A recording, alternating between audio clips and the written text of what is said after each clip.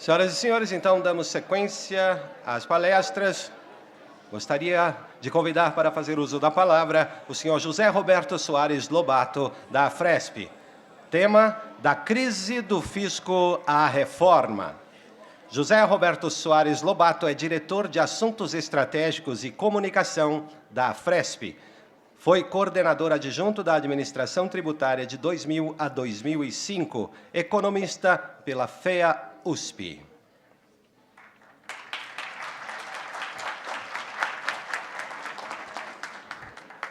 Bom, boa tarde a todos. Eu queria pedir desculpas porque eu vou ler a minha fala aqui e eu explico. Em primeiro lugar, porque eu tenho um compromisso com o grupo que trabalhou nessas questões todas desde 2015 e eu não queria perder com a minha deficiência. Os meus neurônios hoje são poucos e eles estão cansados, além de tudo, e às vezes brigam entre eles mesmo. Então, eu vou ter que ter o apoio de um texto para estar falando aqui para vocês. É a maneira que eu encontro de... Essa fala deveria ser feita no início da abertura, que mostra um pouquinho a razão de ser de nós estarmos aqui, nós, a Afresp, né, estarmos aqui hoje, nesse dia. No início de 2015, a Afresp tomou a iniciativa de abrir uma discussão a respeito da maior crise da história da administração tributária do nosso Estado. A insatisfação generalizada se traduzia muitas vezes em revolta e quase sempre em desencanto. O ponto em que todas as manifestações se concentravam era o nível de remuneração que nos colocava, como ainda nos coloca, entre os 3 mais baixos de todos os estados da Federação. Por trás de tudo, havia um sentimento difuso de que muita coisa precisava mudar e que a administração não estava sendo capaz de encontrar as respostas adequadas para o problema. Instalaram-se conflitos de toda a ordem e uma ansiosa busca por apontar responsáveis. O desprestígio por que passava a classe não poderia ser maior. Em paralelo a tudo isso, a economia dava mostras de arrefecimento e o ICMS, a principal fonte de provisão de recursos para o Estado, dava fortes indícios de esgotamento, o que só fazia aumentar as pressões sobre o desempenho dos agentes fiscais de rendas, as avaliações apressadas sobre sua capacidade e competência, o que acabava por realimentar o circuito de descontentamento. Para o grupo de trabalho que foi constituído na Afresp, o paralelismo da nossa crise interna com a crise econômica e com a degeneração do nosso principal imposto poderia não ser uma simples coincidência, mas estaria indicando fatores estruturais mais profundos. Isso sugeria a necessidade de avaliar a hipótese de que as causas últimas de nossa crise interna deveriam ser buscadas na própria degradação do tributo. Com base nisso, a Afresp convidou um grupo de especialistas, muitos dos quais estão aqui hoje presentes, todos notáveis conhecedores da nossa estrutura tributária e do nosso federalismo fiscal, os quais graciosamente aceitaram reunir-se mensalmente na sede de nossa associação para discutir os problemas do ICMS e de suas relações com outros tributos que incidem sobre o consumo. Os resultados desse trabalho foram apresentados no Seminário Internacional promovido pela Afresp, o ICMS e o Futuro dos Estados, que foi realizado em setembro de 2015 na cidade do Guarujá. Os trabalhos do grupo de AFRs foram condensados num mapa estratégico que pode ser visto no salão do café lá fora, que se utilizou do primeiro momento da metodologia do planejamento estratégico situacional, totalmente voltada para o setor público, criada pelo economista e político chileno Carlos Matos. Essa metodologia parte da declaração de um macroproblema para depois ir buscar, de maneira organizada, as possíveis causas. Para esse estudo, a Afresp colocou-se na posição de um coordenador de administração tributária e declarou o seguinte problema: a sistemática do ICMS prejudica a economia, onera excessivamente o contribuinte e fragiliza a administração tributária. Os especialistas são unânimes em reconhecer que o ICMS prejudica a economia e onera excessivamente o contribuinte. O terceiro tema do enunciado, no entanto, não costuma vir associado aos dois primeiros.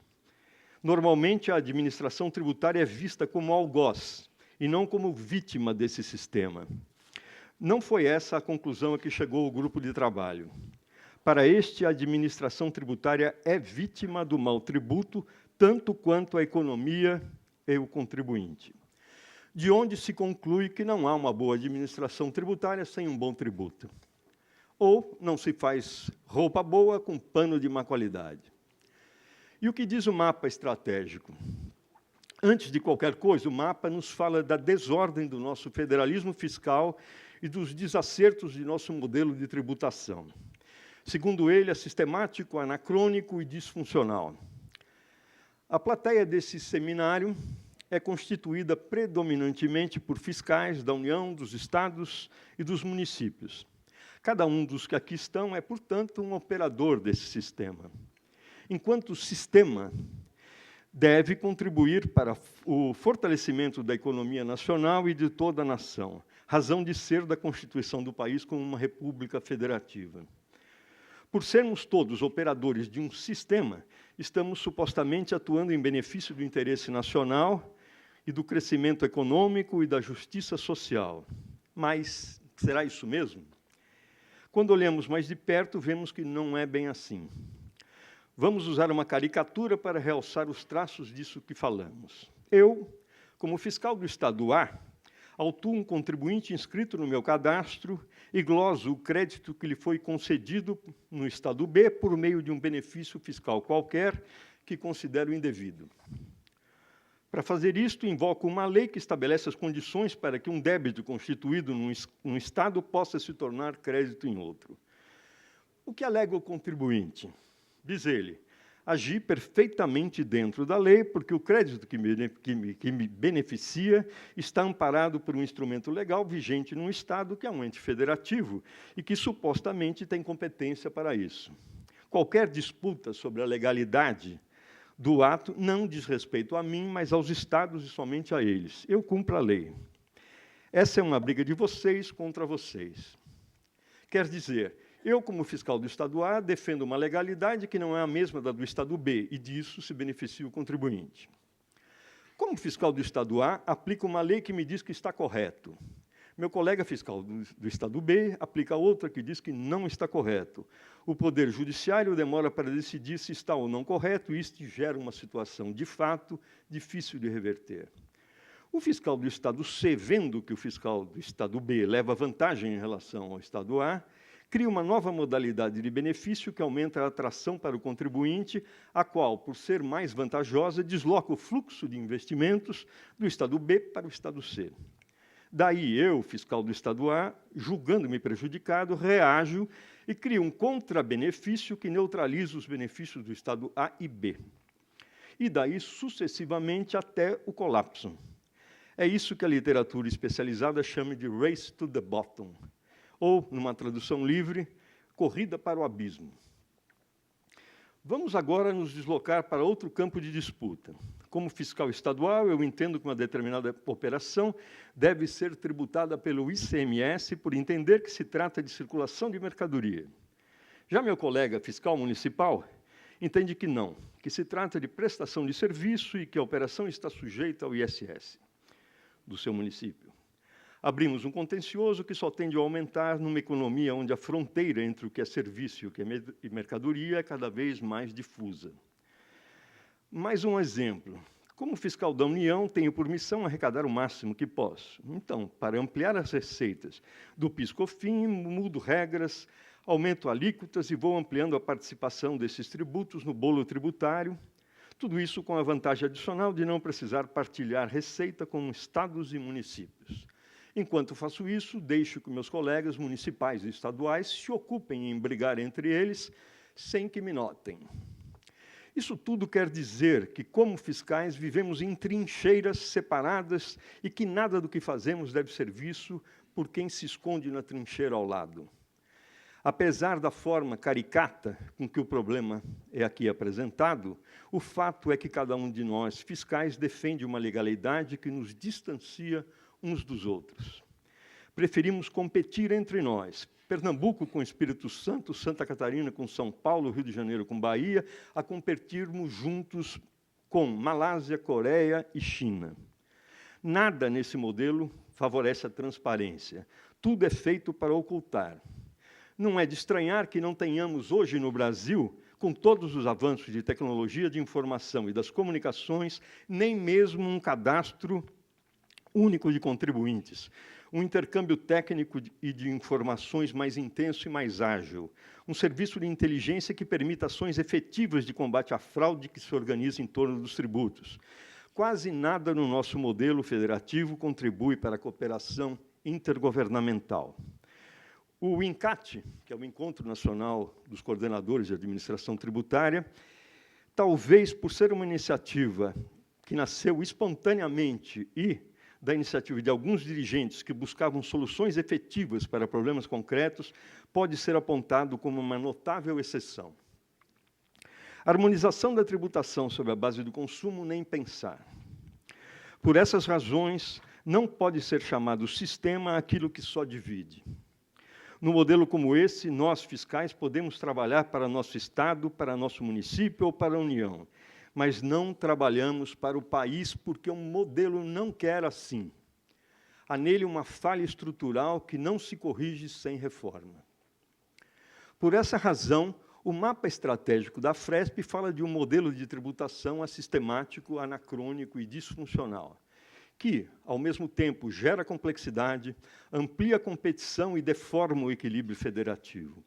Dentro do Estado, ele se desdobra em políticas tributárias casuísticas e é orientado por um princípio: arrecadar a qualquer custo.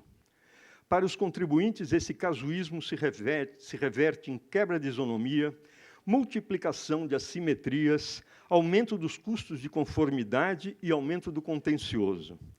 Para a administração tributária, o casuísmo se traduz em crescimento exponencial do fluxo dos agentes econômicos ou de seus representantes em direção ao gabinete dos dirigentes em busca de benefícios ou de outras formas de compensação pelas assimetrias causadas por essa sistemática destrambelhada.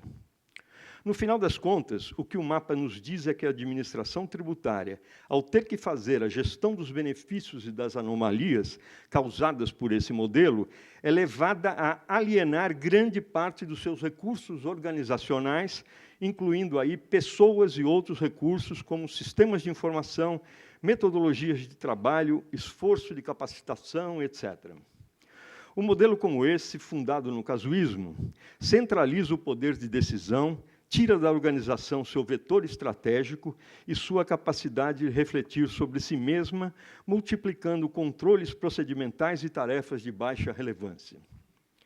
É um modelo que tira vigor da organização, que cria contra-estímulos para a criatividade e para o compromisso, que, por sua complexidade, abre portas para a corrupção e para a sonegação.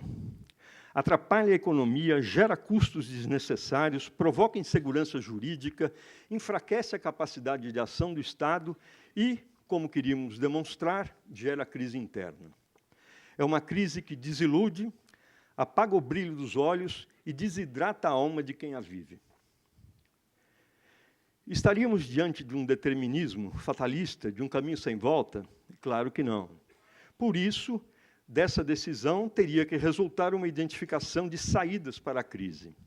A Fresp, então, propôs, e o Banco Interamericano de Desenvolvimento aceitou, promover um seminário internacional para discutir o tema que, no princípio, levaria o nome de crise do tributo, crise do fisco. Mas o projeto não deveria se limitar à realização de um seminário tradicional, onde o público, principalmente o público interno, tivesse uma participação meramente passiva em relação aos conteúdos tratados. Pensou-se, então, num projeto em 3 etapas. Uma primeira em que foram realizadas rodadas regionais com a participação de fiscais de todas as regiões do Estado, nas quais foram discutidas as possíveis causas da crise, como forma de discussão e validação do próprio mapa estratégico. Também foram apresentadas propostas de saída para essa crise. Para isso, foi desenvolvida uma plataforma colaborativa para a qual cada fiscal do Estado poderia trazer sua contribuição, seja apontando os problemas vividos no seu ambiente de trabalho, seja mostrando saídas, não importando o alcance, o nível de profundidade e o tratamento dado a cada uma delas. Esse sistema permanecerá aberto para todos os fiscais do Estado até o final do Seminário Internacional, quando, então, seu conteúdo será passado para a Coordenadoria da Administração Tributária. Durante todo o mês de fevereiro, início de março, foram realizadas em várias partes do Estado 7 rodadas regionais, das quais participaram mais de 200 agentes fiscais de rendas. Em cada uma delas foram escolhidos representantes regionais que deveriam divulgar a plataforma colaborativa e participar de uma segunda fase do projeto.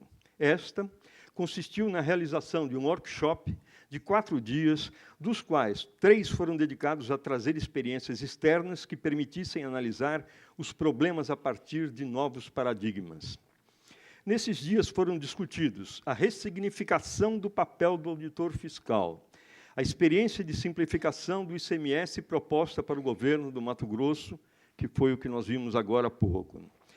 Os cenários da tecnologia, informação e administração tributária no Brasil.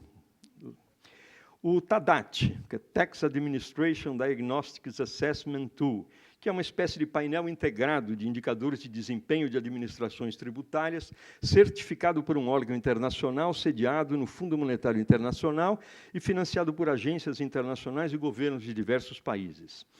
A estrutura do modelo imposto sobre o valor, do modelo de imposto sobre o valor adicionado da União Europeia e as estruturas e meios de administrá-lo, tendo como foco o caso da Espanha.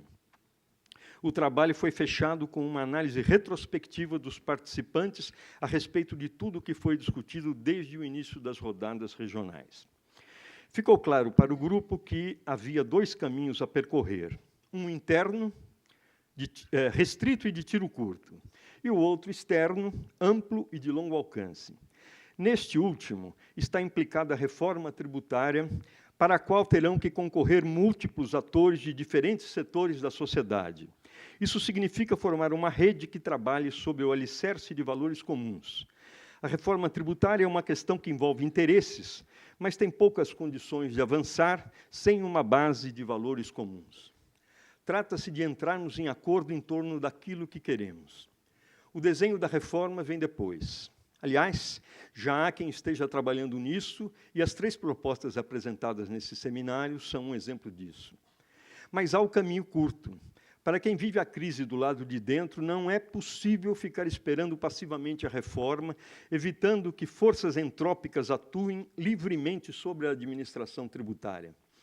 Tanto quanto uma ação coletiva para a reforma, as ações imediatas sobre o que aí está são igualmente necessárias. Ainda que a Afresp entenda que uma recuperação de fato somente virá com a reforma, muitas mudanças podem ser feitas desde já. Desde já é possível reverter a tendência à alienação dos recursos disponíveis.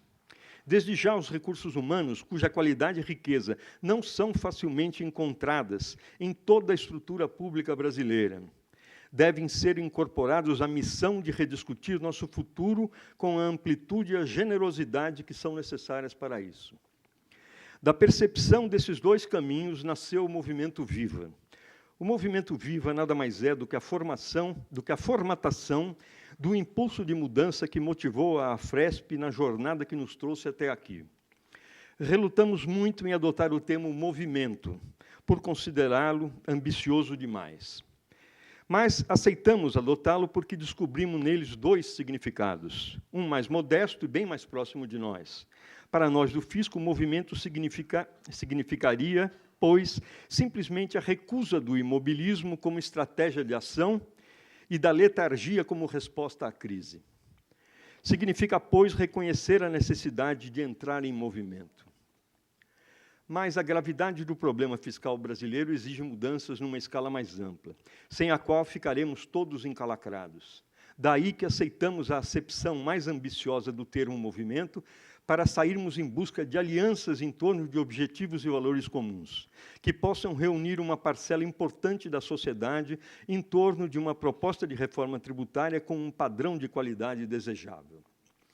Entendemos que assim poderemos evitar as armadilhas de uma solução que pretende contemplar, numa mesma proposta, os interesses dos mais diversos setores da sociedade. Disso resultaria uma espécie de pot-pourri que equivaleria a reproduzir com outra roupagem a mesma desordem de agora. O movimento Viva não quer cair na cilada de defender uma proposta em que a soma das parcelas é maior do que o total, como tem acontecido até agora. Para se tornar viável, com um padrão mínimo de qualidade, a reforma que defendemos deve ter um total maior do que a soma das parcelas. E isso é possível se alargarmos o horizonte temporal e introduzirmos no modelo uma variável dinâmica que desobstrua a economia e nos liberte da aritmética estreita do curtíssimo prazo. Esse resultado não se obtém recompondo peças no espaço como uma espécie de puzzle tributário, mas sim as recompondo no tempo, diante do qual a lógica de agora deixa de fazer sentido. Por essa razão, o movimento Viva não apresenta nenhuma proposta autoral, porque sabe que, neste momento, isto equivaleria a ganhar a adesão de meia dúzia e a oposição de uma centena. O movimento Viva defende princípios que atuem coordenadamente em favor de um país economicamente mais forte e socialmente mais justo. Para o movimento Viva, a utilização desmedida de métodos arrecadatórios heterodoxos tem produzido na arrecadação dos estados um efeito semelhante ao do doping esportivo. Bons resultados no curto prazo e a falência física no longo. A capacidade de arrecadar nos níveis necessários para financiar os estados dá mostras de esgotamento e nada indica que voltará a atingir os níveis anteriores, mesmo após a recuperação econômica. Por isso, o imposto que queremos traz recursos para o bom funcionamento do Estado. Para o movimento Viva, a sangria provocada pela guerra fiscal dos estados, as sucessivas quebras de neutralidade do imposto, a cumulatividade levada a seu grau máximo e a sanha arrecadatória dos governos têm sacrificado a eficiência econômica, a competitividade da produção nacional, a geração de empregos, a atração de investimentos, comprometendo severamente o crescimento econômico. Por isso, o imposto que queremos não atrapalha a economia. Para o movimento Viva, em cada compra efetuada, o consumidor, junto com o produto ou o serviço que adquire, está comprando também Estado. Para o atual modelo, ele mesmo, o Estado, aquele que primeiro sonega. Ao tirar do consumidor, que é, no final de contas, quem paga esses impostos, o acesso a essa informação tão fundamental para o exercício de seus direitos de cidadão. Quem paga não sabe que paga nem quanto paga.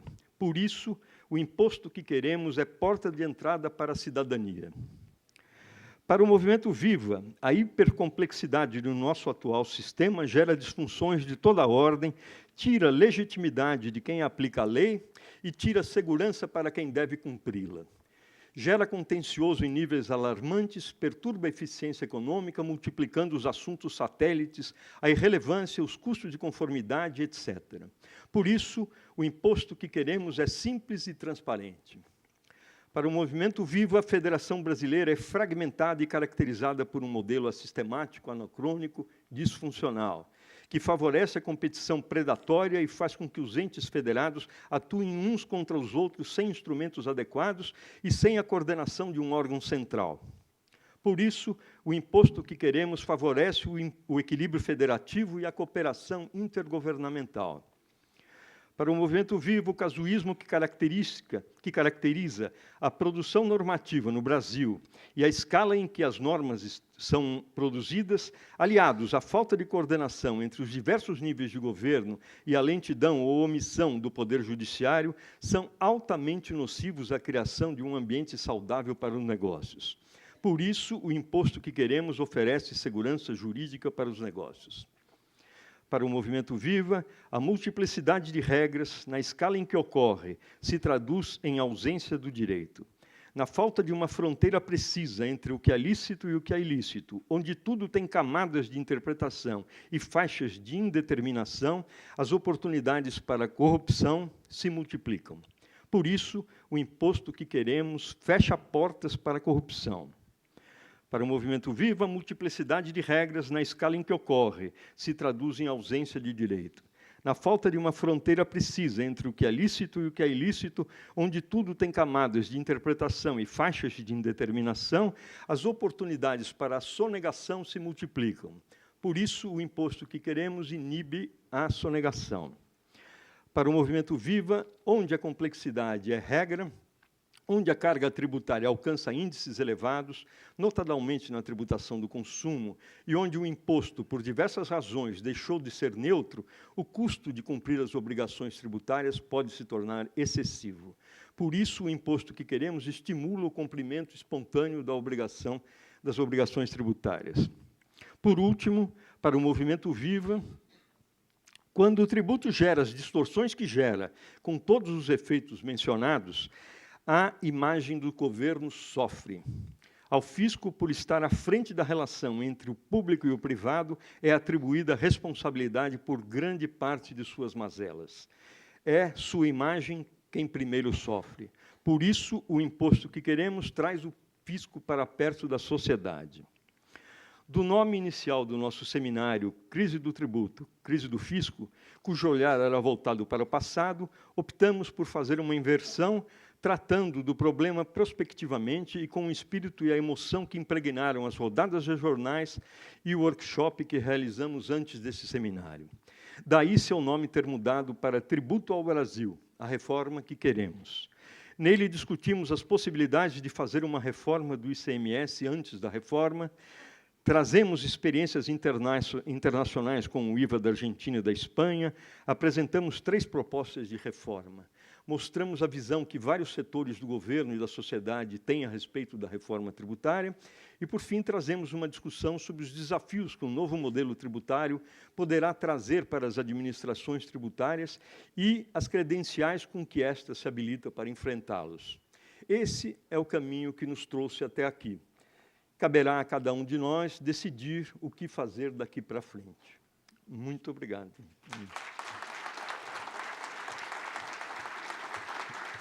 Opa.